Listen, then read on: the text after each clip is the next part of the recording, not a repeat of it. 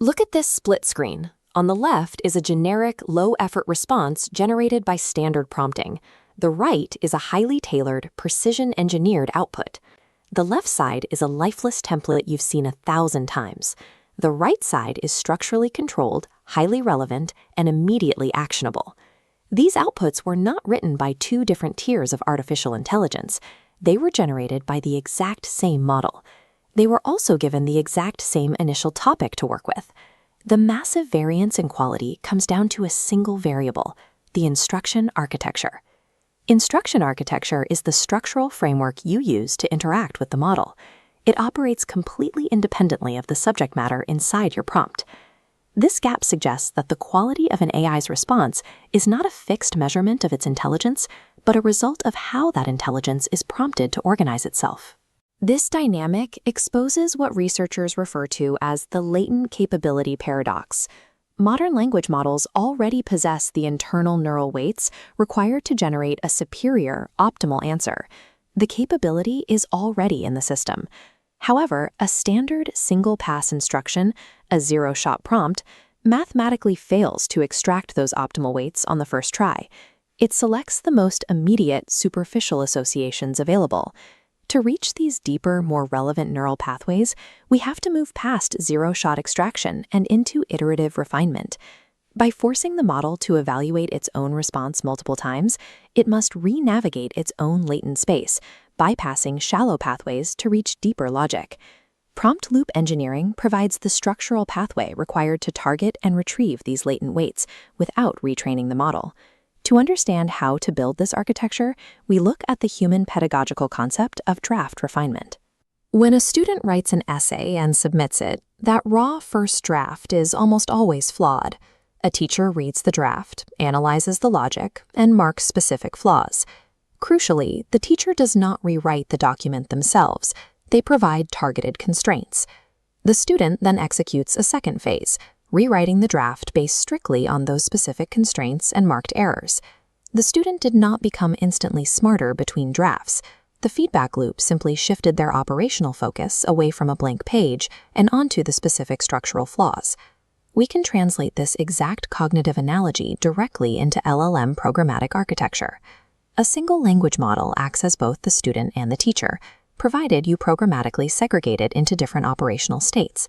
This brings us to the architectural solution, the three-role segregation prompt. This entire architecture operates within a single prompt. You do not need multiple AI agents or complex external software to run it. The first phase is the generator node. Its sole responsibility is executing the raw first draft of your request. The second phase is the critic node. It receives the initial text from the generator and rigorously evaluates it. For the system to function, the critic must be engineered to evaluate the draft strictly against explicitly predefined success criteria. It cannot rely on generic feelings about what sounds good. Partitioning the prompt into distinct roles prevents the model from conflating the creative act of generation with the analytical act of critical evaluation. The final phase is the refiner node. Data flows from generator through critic to refiner. It rewrites output using only the critic's constraints. If criteria are unmet, a return pathway loops back to the generator, creating a continuous loop.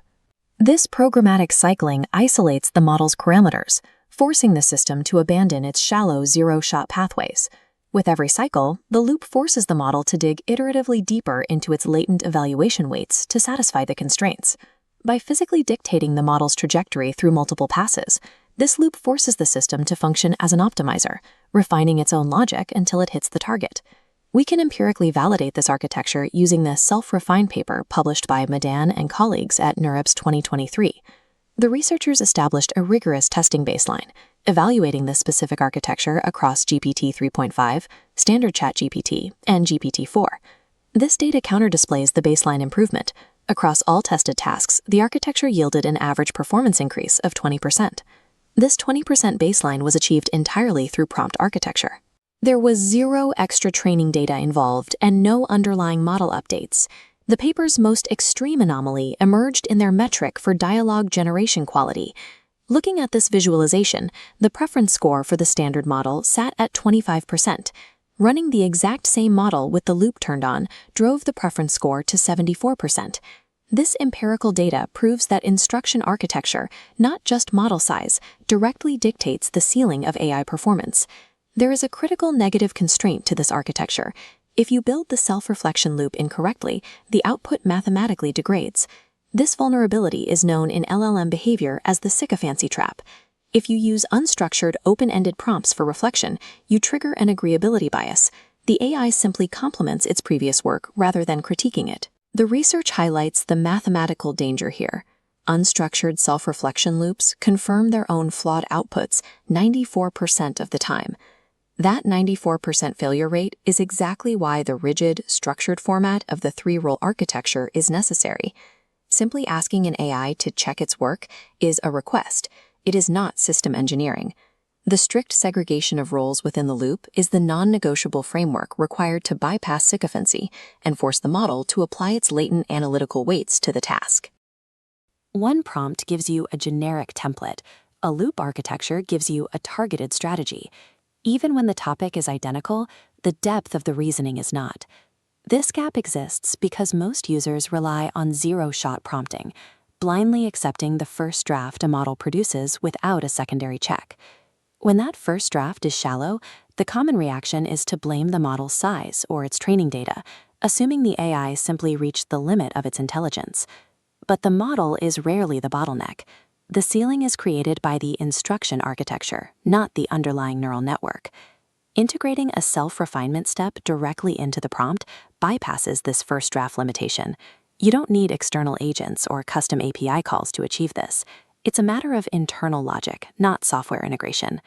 Real utility comes from restructuring how the model processes a request, rather than waiting for the next generation of hardware.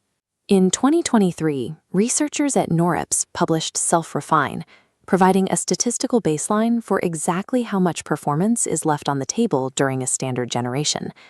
The study applied loop architectures to models ranging from GPT 3.5 to GPT 4 to see if the model's raw power changed the effectiveness of the loop. On average, across all reasoning and coding tasks, they found a 20% performance improvement. That 20% gain required no extra training and no fine-tuning. It was achieved entirely within the existing weights of the model through structured iteration. The most significant jump, however, appeared in dialogue quality, the metrics that determine how human-like and useful a response feels. In a zero-shot environment, the dialogue preference score for these models hovered at 25%. Once the loop was introduced, that preference score climbed to 74%. The model didn't get smarter between these two tests. It was just forced to look at the problem twice. These capabilities are already latent within the model. Standard prompts simply fail to activate them. Consider the difference between a student submitting a rough draft and a student revising that draft after receiving a teacher's notes. We know that the quality doesn't come from the first pen stroke. It comes from the friction of the review process. Loop engineering applies this same friction to the AI, making the model serve as both the student and the evaluator. By sequencing these roles, we can simulate an iterative workflow inside a single chat window. This workflow is built on a three-node architecture. The first node is the generator. Its only goal is to produce a raw, uninhibited first draft based on your initial criteria. That draft is immediately passed to the critic. This node isn't designed to generate new ideas. It is designed to hold the draft against an objective standard and find every possible flaw. The refiner then takes that list of flaws and rewrites the original response to resolve them. If the output still fails to meet the criteria, the system cycles again, using the new draft as the new baseline. One prompt manages this entire chain, forcing the AI to play all three roles in a specific order. It bridges the gap between what a model casually suggests and what it can rigorously verify. However, a loop that isn't carefully constrained will actually make the output worse over time. Without a reason to be critical, the AI will naturally default to a sycophancy spiral, effectively agreeing with its own mistakes to reach a fast conclusion. Because these models are trained to be helpful, they often interpret refinement as validating the existing work, unless they are told otherwise. Testing shows that unstructured loops return everything looks good feedback 94% of the time, even when the draft is objectively poor. The model's statistical weights favor consensus. It wants to finish the task, not find more work for itself. To break this bias, we have to inject adversarial constraints into the critic node. The critic must be instructed to find flaws, as if its primary objective is to reject the draft. Without this enforced friction, the loop is just a recursive way to generate more of the same low-quality text. We can see this friction in action by applying it to a high-stakes business stress test. If you provide a strategy document, you don't need the AI to summarize it. You need the AI to find why it will fail. We assign the critic the persona of the destroyer, an evaluator whose only metric for success is the number of structural weaknesses it identifies. It ignores what's working and focuses exclusively on where the logic breaks down. By targeting unit economics and operational friction, the destroyer forces the model out of its helpful default state and into an analytical one. This provides a level of scrutiny that a generic request for feedback simply cannot produce. We then pair it with a writer persona in the refiner node, whose only job is to provide specific technical solutions for those identified flaws. The writer isn't allowed to add fluff. It only exists to fix what the destroyer broke. By pitting these two personas against each other, we create a mechanical forcing function for high-fidelity reasoning. This adversarial tension is what prevents the system from settling for a generic answer. This shift from simple prompting to architectural engineering represents a higher standard for using AI in complex professional environments. When the three-node system is stabilized, it transforms the model from a basic autocomplete tool into a continuous reasoning engine. This entire workflow is contained within a single interaction, no middleware or complex coding required. A zero-shot user is limited by the model's first intuition, whereas a structural engineer leverages its full analytical depth. For those using AI in technical fields, the first draft is no longer an acceptable stopping point. Leverage is found by manipulating the underlying logic of the prompt rather than simply changing the wording of the question. Quality is a direct result of the constraints and adversarial friction built into the instruction set. The intelligence is already there. Loop architecture is simply the most efficient way to ensure the model actually uses it. When you ask an AI a question, the response is optimized for speed. You are seeing the model's fastest possible draft, rarely its highest capability.